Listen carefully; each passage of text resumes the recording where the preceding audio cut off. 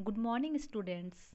आज हम हिंदी 1 में चैप्टर 4 शब्द विधान में उपसर्ग और प्रत्यय के बारे में पढ़ेंगे। इससे पहले हमने चैप्टर 4 शब्द विधान में संधि समास के बारे में पढ़ चुके हैं।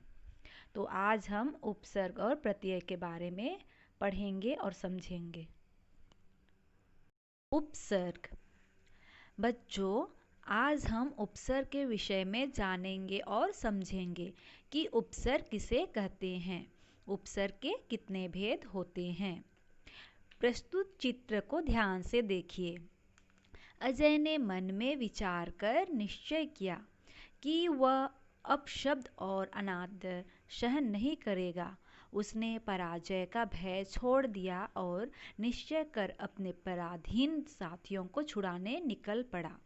प्रस्तुत यहाँ पर लिखा क्या है? अजय, विचार, निश्चय, अपशब्द, अनादर, पराधीन। क्या आपने गौर किया कि इन शब्दों का निर्माण शब्दों व शब्दांशों के मेल से किया गया है? आइए इन शब्दों के मूल शब्दों को जानेंगे। शब्द, मूल शब्द अजय, जय, विचार, चार।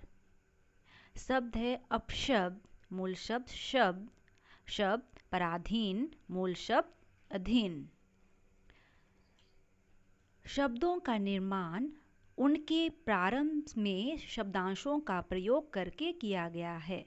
शब्दांश जोड़ने पर मूल शब्द के अर्थ में परिवर्तन आ जाता है। जैसे धर्म, आधर्म विपरीत अर्थ दे रहे हैं। एक शब्दांश के प्रयोग से कई शब्द बनाए जा सकते हैं, जैसे आधर्म, अनीति, अनाथ, अज्ञान आदि।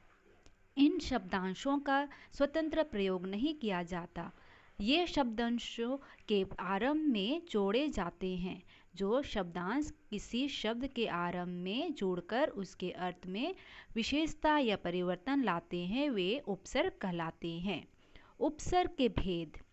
उपसर्ग के भेद हैं संस्कृत के उपसर्ग, हिंदी के उपसर्ग, अंग्रेजी के उपसर्ग, उर्दू फारसी के उपसर्ग और संस्कृत के अव्यय।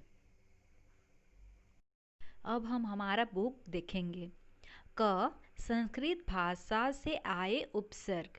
जो उपसर्ग मूलतः संस्कृत भाषा से आए हैं, जैसे उपसर्ग अर्थ। उपसर्ग है अ, इससे बना है अभाव, निषेध। उदाहरण है अप्रिय, असत्य और अभिन्न। उपसर्ग आ, अर्थ इधर तक, सहित। उदाहरण आगमन, आजन, आक्रमण। उपसर्ग अप, अर्थ बुरा, अपूर्ण। उदाहरण अपमान, अपशकुन, अपकृति। उपसर्ग अध, अर्थ नीचे। उदाहरण अधपतन, अधोगमन, अधोभाग। उपसर्ग अति, अर्थ बहुत। उदाहरण अतिक्रमण, अति प्रिय, अत्यंत। उपसर्ग है अधि, अर्थ ऊपर। उदाहरण अधिकार, अधिमार, अधिग्रहण। उपसर्ग अभि, अर्थ सामने, अधिक। उदाहरण अभिवादन, अभिमान, अभिनय। उपसर्ग उद, अर्थ ऊपर। उदाहरण उन्नति, उत्थान, उद्घाटन। उपसर्ग परि, अर्थ परे। उदाहरण परिवर्तन, परिक्रमा, परिसीमा। उपसर्ग सु, अर्थ अच्छा, आसान। उदाहरण है सुकर्म, सुलभ, सुगम। उपसर्ग दु, अर्थ बुरा, कठिन। उदाहरण दुर्लभ, दुर्गम, दुराचार। उपसर्ग नि, अर्थ बिना, बाहर। उदाहरण निस्तेज, निर्बल, निरादर। उपसर्ग परा, अर्थ परे। उदाहरण पराभाव, पराजय, पराक्रम। उपसर्ग औ, अर्थ नीचे, हीन। उदाहरण अवतार, अवशेष, अवगुण। उपसर्ग अनु, अर्थ पीछे, समान। उदाहरण अनुकर्म, अनुचर, अनुरूप। उपसर्ग अनंत, अर्थ अंदर। उदाहरण अंतरात्मा, अंतकरण, अंतबोध। उपसर्ग उप, अर्थ सहायक या समीप। उदाहरण उपराष्ट्रपति, उपाध्यक्ष, उपस्थित। उपसर्ग प्र, अर्थ आगे। उदाहरण प्रयोग, प्रसिद्ध, प्रयत्न। उपसर्ग पुनः, अर्थ फिर। उदाहरण पुनर्विचार, पुनर्निर्माण, पुनर्विवाह। उपसर्ग पुरा, अर्थ प्राचीन। उदाहरण पुराज्ञान, पुरातन, पुरातत्व।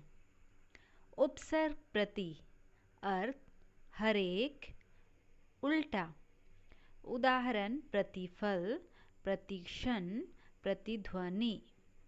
उपसर्ग वि, अर्थ विशेष, अलग।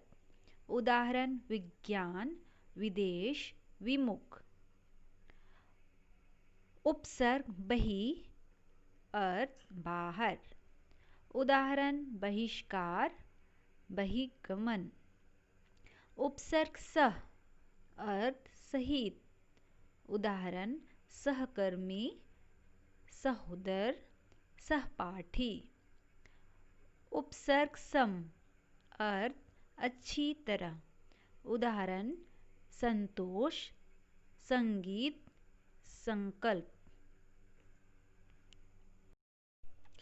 तो ये सभी संस्कृत भाषा से आए उपसर्ग हैं जो हिंदी में प्रयोग किए जाते हैं। अब हम हिंदी भाषा के उपसर्ग के बारे में जानेंगे कि हिंदी भाषा के उपसर्ग कौन कौन से हैं। ये उपसर्ग हिंदी भाषा में ही प्रयोग किए जाते हैं। जैसे उपसर्ग अ, अर्थ नहीं।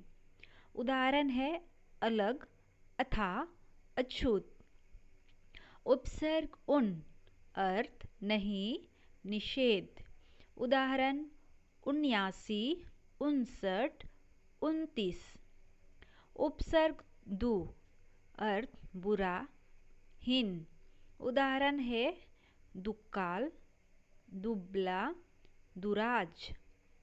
उपसर्ग सु, अर्थ अच्छा।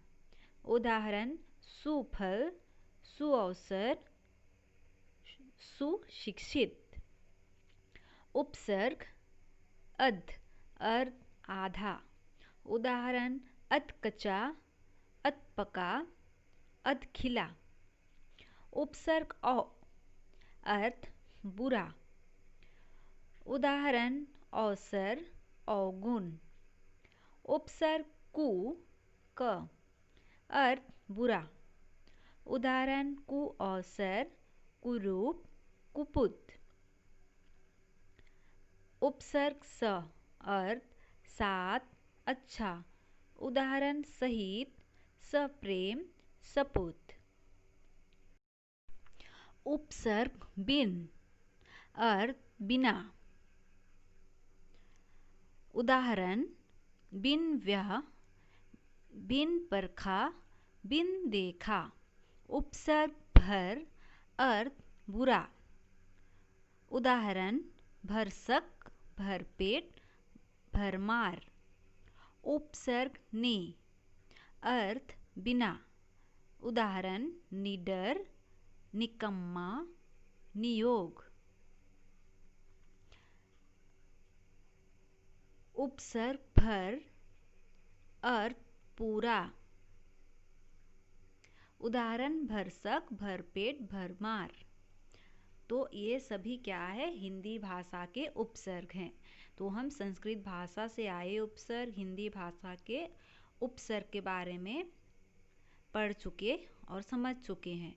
तो आगे हम उर्दू, अरबी, फारसी के उपसर्ग के बारे में जानेंगे कि उर्दू, अरबी, फारसी के उपसर्ग कौन कौन से हैं। ये सभी बाहर देश से यानी कि अरबी, फारसी ये बाहर से आए हुए हमारे देश में आए शब्द हैं, जिसे हम बाहर देश से जो लोग आए और हमारे देश में बस गए तो उनके जो बोली थे, जो शब्द थे, उन्हें हम यहाँ प्रयोग अपने देश में प्रयोग करने लगे।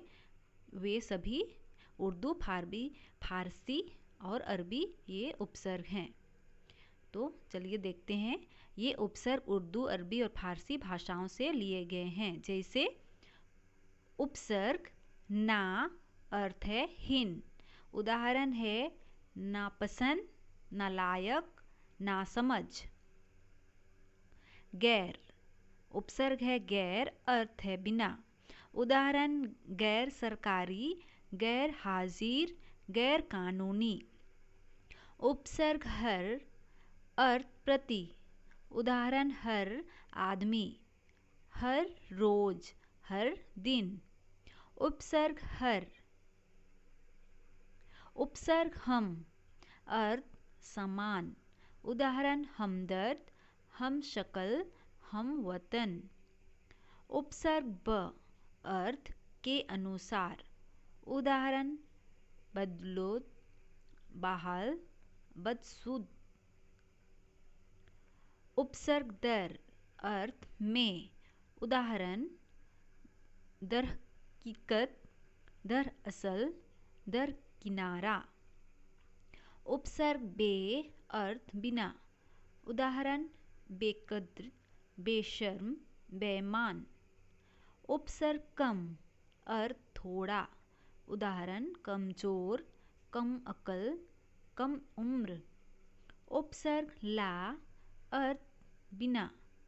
उदाहरण लवारिस, लाजवाब, लाइलाज। उपसर्ग बद, अर्थ बुरा।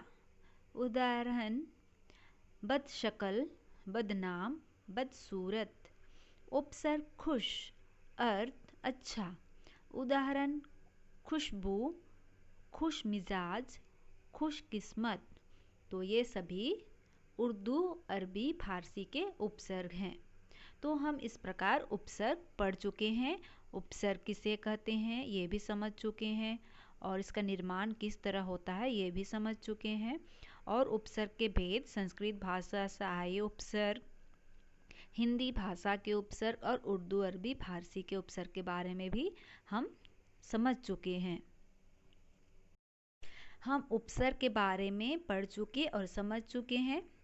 अब हम प्रत्यय के बारे में जानेंगे और समझेंगे कि प्रत्यय किसे कहते हैं और प्रत्यय के कितने भेद हैं। तो उपसर्ग और प्रत्यय एक जैसे ही है, बस इनमें थोड़ा ही अंतर है। उपसर्ग शब्दांश के आगे में, प्रारंभ में जोड़ा जाता है, और प्रत्यय शब्दांश के अंत में जोड़ा जाता है। प्रत्यय किसे कहते हैं हम जानेंगे। जो शब्दांश किसी शब्द के अंत में जुड़कर उनके अर्थ में परिवर्तन ला देते हैं वे प्रत्यय कहलाते हैं। जैसे चंचल और चंचलता। हम देख रहे हैं चंचल और चंचलता में क्या अंतर है। चंचल जोड़ ता, तो चंचल से क्या बना, ता जोड़ने से चंचलता। तो चंचल के अंत में ता जोड़ा गया, तो ता क्या है, प्रत्यय है।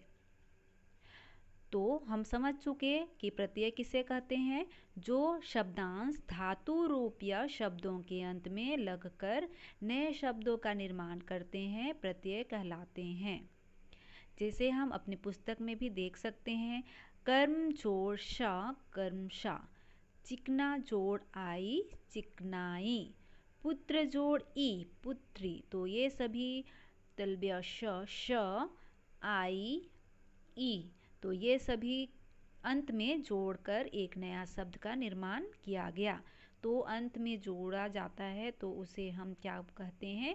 प्रत्यय। जो शब्दांश किसी शब्द के अंत में जोड़कर उनके अर्थ में परिवर्तन ला देते हैं वे प्रत्यय कहलाते हैं। प्रत्यय दो प्रकार के होते हैं। हम प्रत्यय किसे कहते हैं समझ चुके। अब हम आगे देखेंगे प्रत्यय के भाग। तो प्रत्यय दो प्रकार के होते हैं। पहला है कृत प्रत्यय और दूसरा है तद्धित प्रत्यय। कृत प्रत्यय और तद्धित प्रत्यय। तो अब हम जानेंगे कृत प्रत्यय और तद्धित प्रत्यय किसे कहते हैं। तो हम तद्धित प्रत्यय के बारे में जानेंगे कि तद्धित प्रत्यय किसे कहते हैं। वे प्रत्यय जो संज्ञा, सर्वनाम, विशेषण आदि शब्दों के पीछे लगकर नए शब्दों की रचना करते हैं उसे हम तद्धित प्रत्यय कहते हैं। जो प्रत्यय संज्ञा, सर्वनाम या विशेषण के अंत में लगकर नए शब्दों का निर्माण करते हैं उन्हें तद्धित प्रत्यय कहते हैं। इन्हें कई भागों में बांटा जा सकता है जैसे हम देखेंगे। हम इस वीडियो के साथ साथ अपने बुक में भी देख के समझ सकते हैं। तद्धित प्रत्यय इन कई भागों में बांटा जा सकता है जैसे हम देखेंगे। पहला है पुल्लिंग से स्त्रीलिंग बनाने वाले प्रत्यय, दूसरा विशेषण बनाने वाले प्रत्यय और तीसरा है विशेषण बनने वाले प्रत्यय। तो पहले देखेंगे पुल्लिंग से स्त्रीलिंग बनाने वाले प्रत्यय जैसे आ, प्रिय से प्रिया, बाल से बाला, सुशील से सुशीला। तो आज अंत में आज जोड़ा गया जैसे प्रिय से प्रिया, बाल से बाला, सुशील से सुशीला। या, अब या जोड़ने से क्या बना? बूढ़ा से बुढ़िया, या जोड़ने से बुढ़िया। बेटा से बिटिया, कुत्ता से कुतिया। आनी, अब आनी जोड़ने से क्या शब्द बनेगा? नौकर से नौकरानी, आनी। चौधरी से चौधरानी, सेठ से सेठानी। नी, अब हम देखेंगे नी शब्द जोड़ने से क्या बनेगा? मोर से मोरनी, चोर से चोरनी, शेर से शेरनी। इन, अब इन शब्द से जुड़ने से क्या बनेगा?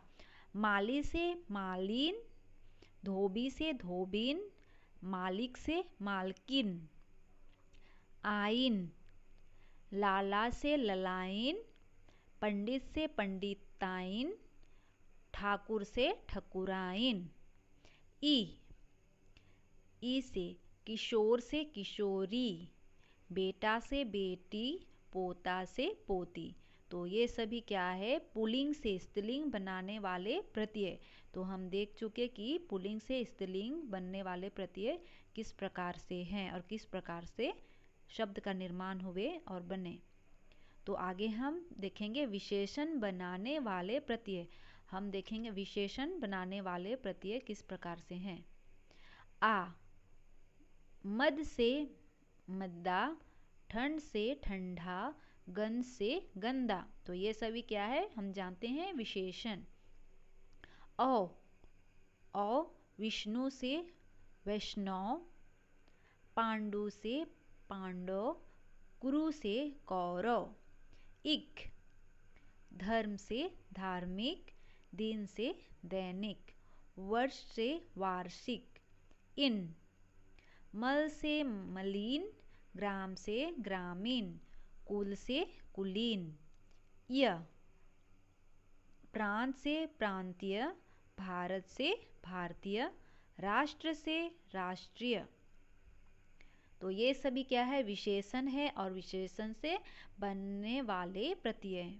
तो हम ये भी समझ चुके हैं। अब हम आगे देखेंगे थर्ड, विशेषण बनाने वाले प्रत्यय। कार, गीतकार, साहित्यकार, और संगीतकार। अक, पाठ से पाठक, अध्यय से अध्यापक, शिक्षा से शिक्षक।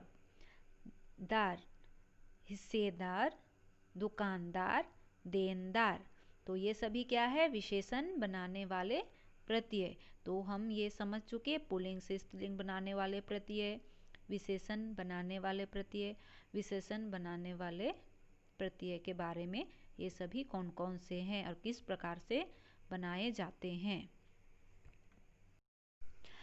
अब हम आगे अन्य प्रकार के प्रत्यय के बारे में जानेंगे कि अन्य प्रकार के प्रत्यय कौन कौन से हैं। इद, अपमानित, क्रोधित, शापित। अन्य, दंडनीय, विश्वसनीय, दर्शनीय। एरा, एरी, मौसेरा, ममेरी, फुफेरा, फुफेरी, मौसेरी, ममेरा। दानी, चायदानी, मच्छरदानी, चूहेदानी। बंद, हथियार बंद, सिल बंद, मुहर बंद। तो ये सभी क्या है, अन्य प्रकार के प्रत्यय। तो हम ये भी समझ चुके हैं। तो हमने पढ़ा प्रत्यय के दो भेद हैं, तद्धित प्रत्यय और कृत प्रत्यय। तो हम तद्धित प्रत्यय के बारे में समझ चुके हैं। अब हम आगे कृत प्रत्यय के बारे में जानेंगे कि कृत प्रत्यय क्या है और कृत प्रत्यय किसे कहते हैं। कृत प्रत्यय, कृत प्रत्यय क्रिया यानी कि धातु के पीछे लगकर संज्ञा और विशेषण शब्दों की रचना करते हैं तथा इनके मेल से बनने वाले शब्दों को कृतधत शब्द कहते हैं। कृत प्रत्यय जो प्रत्यय क्रिया के मूल धातु रूप के साथ जुड़कर संज्ञा और विशेषणों का निर्माण करते हैं, उन्हें हम कृत प्रत्यय कहते हैं। जैसे हम देखेंगे न से बनने वाले शब्द क्या क्या हैं। जल से जलन, न। चल से चलन, दे से देन। तो ये सभी न, अंत में क्या है, न। ना, अब हम देखेंगे ना से बनने वाले कौन कौन से शब्द। मार से मारना, चल से चलना, दे से देना। आकू, पढ़ से पढ़ाकू, लड़ से लड़ाकू। वाला, कर से करने वाला, चल से चलने वाला, जा से जाने वाला। आहट, घबराना से घबराहट, अकड़ना से अकड़ाहट। अन, बेल से बेलन, बंध से बंधन। आई, पीठ से पिटाई, चढ़ से चढ़ाई, लिख से लिखाई। अक्कड़, भूल से भुलाक्कड़, घूम से घुमक्कड़, पी से पियक्कड़। आओ, बच से बचाओ, ठहर से ठहराओ, रुक से रुकाओ। आवट, बन से बनावट, रुक से रुकावट, गिर से गिरावट। आ, भूल से भूला, झूल से झूला। तो ये सभी क्या है, कृत प्रत्यय के शब्द, यानी कि जो प्रत्यय क्रिया के मूल धातु रूप के साथ जोड़कर संज्ञा और विशेषणों का निर्माण करते हैं, उन्हें हम कृत प्रत्यय कहते हैं। तो हम कृत प्रत्यय के बारे में भी समझ चुके हैं। विशेष शब्द में परिवर्तन उपसर्ग का प्रयोग करते समय संधि के अनुसार होते हैं, परंतु प्रत्यय का प्रयोग करने पर मूल शब्द के रूप में विशेष नियम के अनुसार परिवर्तन नहीं होते। जैसे इक प्रत्यय के प्रयोग होने पर विश्वास से विश्वसनीय बनने पर व के आगे आ से अ बन जाता है, तो दंड से दंडनीय बनने पर कोई रूप परिवर्तन नहीं होता। तो इस प्रकार हम उपसर्ग और प्रत्यय के बारे में आज हम पढ़ चुके हैं और समझ चुके हैं। और इससे पहले हम शब्द विधान में संधि समास के बारे में भी पढ़ के समझ चुके हैं। तो आज हमारा 4th चैप्टर शब्द विधान पूरा समाप्त हो चुका है। आप अच्छी तरह से फिर से पढ़कर समझ लीजिए।